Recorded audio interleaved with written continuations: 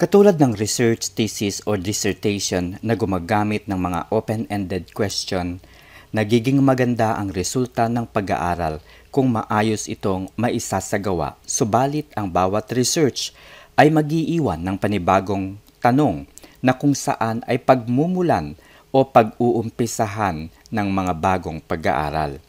Ganito ang dahilan kung bakit tinawag na research ang isang pag-aaral. Dahil maaari na sa ginawang pag-aaral ng mga naunang researchers, ang mga tanong ay nasagot naman ng tama at maayos. At iyon ay natural na proseso lamang sa paghimay-himay ng mga problema. Kaya't may mga bagong researchers na magsasagawa ng bagong pag-aaral upang sagutin naman ang mga tanong na naiwan at lumitaw sa mga naunang pag-aaral.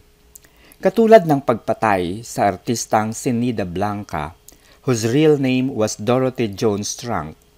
Matatandaan na pinatay si Nida Blanca at natagpuan itong wala ng buhay sa kanyang sasakyan sa parking area sa Atlanta Centers sa Green Hills, San Juan noong ika-7 ng Nobyembre 2001. Isa lamang ang kasong ito sa pinakamalaki at pinag-uusapang murder case noong 2001. Dalawa ang naging suspect sa pagpatay kay Nida Blanca sa inimbestigahan. Una, ang asawa nitong si Rod Strunk. Dahil sinasabi na battered wife di umano si Nida Blanca, kaya may probable cause ang sama kay Rod Strunk bilang isa sa mga suspect. Dahil sa hindi magandang relasyon ng mag-asawa, ay kumuha di umano o nag-hired ng hitman si Rod Strunk upang ipapatay si Nida Blanca. Sa pag-usad ng investigasyon, walang matibay na ebidensya laban sa kanya kung kaya't pinayagan itong makalaya at ito nga ay nakapunta pa at nakalipad sa Amerika.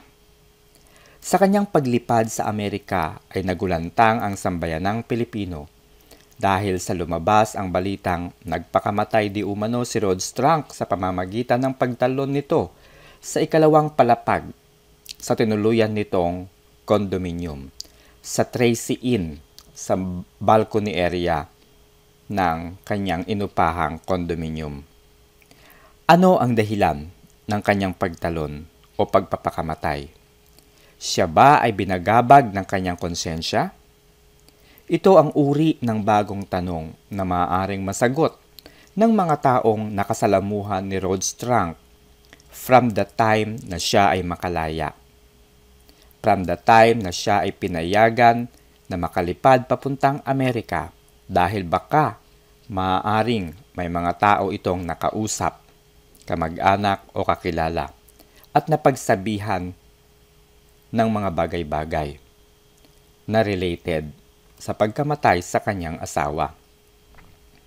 Maaaring mayroon siyang napaghabilinan kung bakit siya lumipad papuntang Amerika.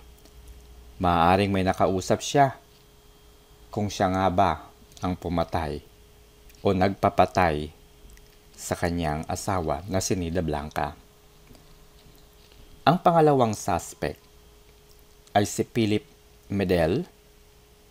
Sa isang press conference, inamin ni Philip Medel na siya ang pumatay kay Nida Blanca.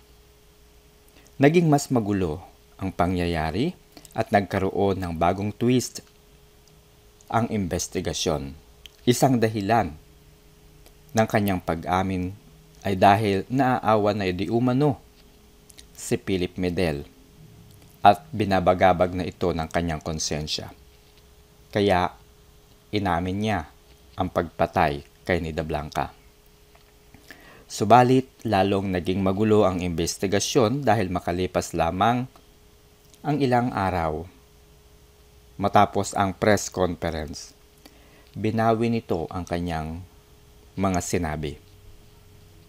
At sinabing siya ay pinilit lamang ng Department of Justice na umamin sa pagpatay at siya ay walang kinalaman sa pagpaslang kay Miss Nida Blanca. Namatay din si Philip Medel dahil sa komplikasyon sa pneumonia.